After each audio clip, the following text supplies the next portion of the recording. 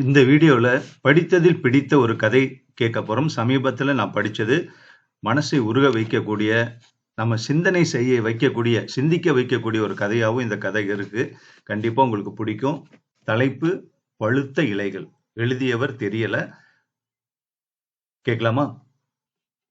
தினமும் ஓர் இளைஞன் அதிகாலை வேளையில் தினசரி பேப்பர் போடும்போது, ஒரு வீட்டில் அதற்காக ஒரு போஸ்ட் பாக்ஸ் போல ஒரு பெட்டி காம்பவுண்ட் கேட்டில் இருக்கும். பேப்பர் போடும் பையனும் தினமும் அதிலேயே பேப்பர் போட்டுக்கொண்டு வந்து கொண்டிருந்தான். திடீரென ஒரு நாள் அந்த பெட்டியை அங்கே காணவில்லை. காலிங் பெல்லை அழுத்தி பார்த்தபோது ஒரு வயோதிகர், 80 வயது இருக்கும் அவருக்கு, மெதுவாக அந்த பெரியவர் வந்து கதவை திறந்தார். இளைஞனும் அவரிடம், வாசல்ல இருந்த பாக்ஸ் எங்கய்யா என்று கேட்டான். பெரியவரோ, தம்பி, நான் தான் அந்த பெட்டிய நேத்து எடுத்துட்டேன். நீ தினமும் என்ன கூப்பிட்டு பேப்பரை என் கையிலேயே கொடுத்துரு என்றார் அந்த பையனிடம். அந்த இளைஞனோ, ஐயா, அது உங்களுக்கும் நேரம் எடுக்கும், எனக்கும் நேரம் அதிகமாயிடும். காலையில பல இடங்களுக்கு போய் பேப்பர் போடுறதால அதுல எனக்கு நேரம் கூடுதலா செலவாகுங்க ஐயா. அதனால நீங்க மறுபடியும் அந்த பெட்டிய இருந்த இடத்திலேயே வச்சுட்டா நல்லா இருக்கும் என்றான் தயங்கியபடியே. பெரியவரோ, தம்பி, பரவாயில்லப்பா, நீ என்ன கூப்பிட்டு கையில பேப்பர் கொடுத்துட்டு போ. வேணும்னா நான் கூடுதலா 500 ரூபா ஒவ்வொரு மாசமும் அதிகமா தர்றனே என்றார். அந்த இளைஞனுக்கு ஒன்றும் புரியவில்லை. அவரிடமே காரணத்தை கேட்டான் அவன். அதற்கு பெரியவர் சொன்னார், தம்பி, சமீபத்துல என்னுடைய மனைவி காலமாயிட்டா. நான் தனியா தான் இருக்கேன். எனது பிள்ளைங்க எல்லாம் வெளிநாட்டுல இருக்காங்க. என்னுடைய மனைவி ரொம்ப நாளா மரணப்படுக்கையில நோயாளியா இருந்து இறந்து போயிட்டா. நான் பெத்து வளர்த்த பிள்ளைங்கெல்லாம் அவ நோயாளியா இருந்தப்பவே கொஞ்சம் கொஞ்சமா போன்ல பேசுறத கூட நிறுத்திட்டாங்க. என் மனைவியோட மரணத்துக்கு கூட யாரும் வரல. நான் கஷ்டப்பட்டு வளர்த்த பிள்ளைங்களுக்கும் நான் பாரமாயிட்டேன். நீயாவது தினமும் வந்து என்ன கூப்பிட்டு பேப்பர் தந்தா நான் இன்னமும் உயிரோடு தான் இருக்கேன்னு அக்கம் பக்கம் உள்ளவங்களுக்கு புரியும் இல்லையா? ஆரம்ப காலங்கள்ல என்னுடைய சந்தோஷம், என் தனிமை அப்படின்னு மட்டும் சுயநலமா சிந்திச்சு அக்கம் பக்கத்துல இருக்கவங்க வந்து வழிய வந்து அவங்களாவே அன்பா என்கிட்ட பேசினா கூட, ஐயோ, ஏதாவது உதவி கேட்பாங்களோன்னு நானாவே அதையெல்லாம் நினைச்சுக்கிட்டு ஒரு கட்டத்துல அதை தொந்தரவா நினைச்சு காம்பவுண்டு, கேட்டு அப்படின்னு எல்லாம் போட்டு அவங்க என்ன பார்க்கறதையோ என் வீட்டுக்கு வர்றதையோ மொத்தமா நான் தடுத்துட்டேன்.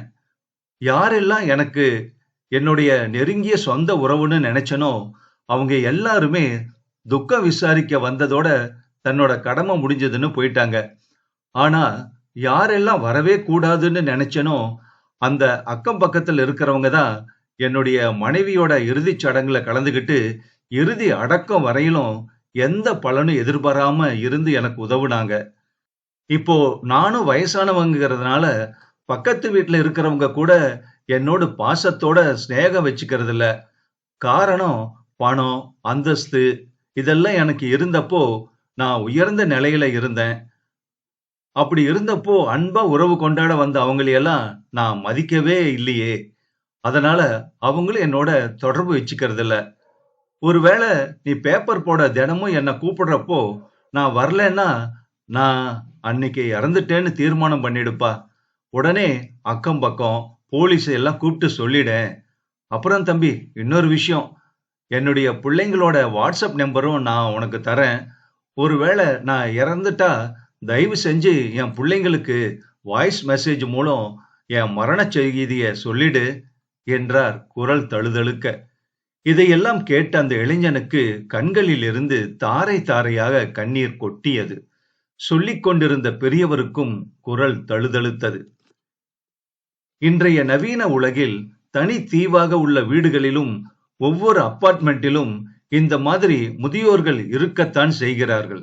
சில முதியோர்கள் வாட்ஸ்அப்பில் தினமும் குட் மார்னிங் என்றும் வணக்கம் என்றும் அனுப்பும் போதெல்லாம் இந்த பெருசுக்கு வேற வேலை இல்ல, இது ஒரே தொல்லையா போச்சு என்று நினைத்து பல பேரை நாம் பிளாக் செய்து விடுகிறோம்.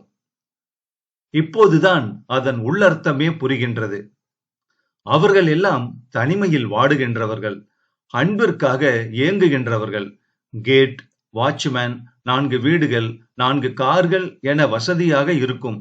ஆனாலும் கூட பேச்சுத் துணைக்கு யாரும் இருப்பதில்லை அவர்களுக்கு. யாரிடமும் பேசாமல் தனிமையிலேயே இருந்து அந்த துக்கத்திலேயே மரணத்தை தழுவியவர்கள் பல பேர். ஒருவேளை அவர்கள் நமஸ்காரம், குட் மார்னிங் என்று மெசேஜ் அனுப்புவதே தான் உயிரோடு தான் உள்ளேன் என்பதை மற்றவர்களுக்கு உணர்த்தத்தான் என்றும் இப்போது நமக்கு புரிகிறதல்லவா? மரங்களில் இருக்கும் பச்சை இலைகள் ஒன்றை மறந்துவிடக் கூடாது. நாமும் பழுத்த இலைகளாகி மரத்தில் இருந்து ஒரு நாள் உதிர்ந்து விடுவோம் என்று.